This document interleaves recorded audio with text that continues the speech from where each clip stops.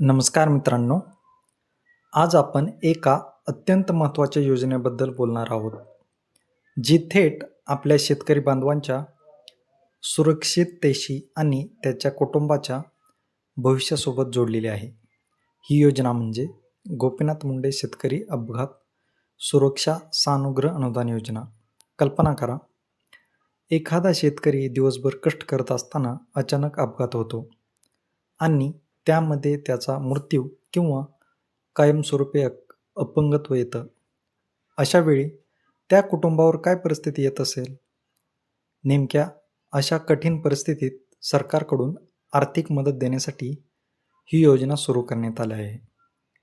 आता पाहूया या योजनेत नेमकं किती अनुदान मिळतं.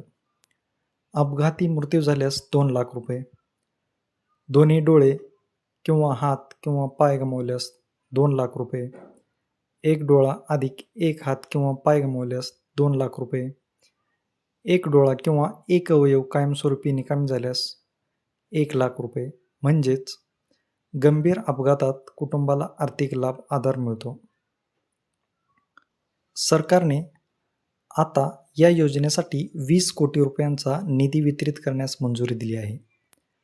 याआधीच या योजनेअंतर्गत तब्बल 120 कोटी रुपये वितरित करण्यात आले आहेत आणि आता ऑक्टोबर ते डिसेंबर 2025 या कालावधीत 1019 दावे मंजूर झाले आहेत. 980 मृत्यू आणि 39 अपंगत्व. हे सर्व दावे निकाली काढण्यासाठी 20 कोटी रुपये मंजूर करण्यात आले आहेत.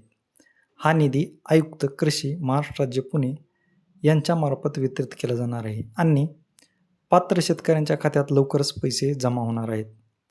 महत्त्वाची गोष्ट, जर तुम्ही किंवा तुमच्या ओळखीतील कोणी शेतकरी या योजनेसाठी पात्र असेल तर नक्की अर्ज करा आणि या योजनेचा लाभ घ्या.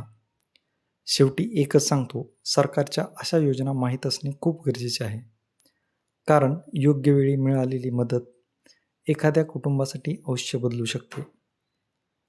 व्हिडिओ आवडला असेल तर लाईक करा, शेअर करा आणि अशाच महत्त्वाच्या अपडेटसाठी चॅनलला सबस्क्राईब करा. धन्यवाद.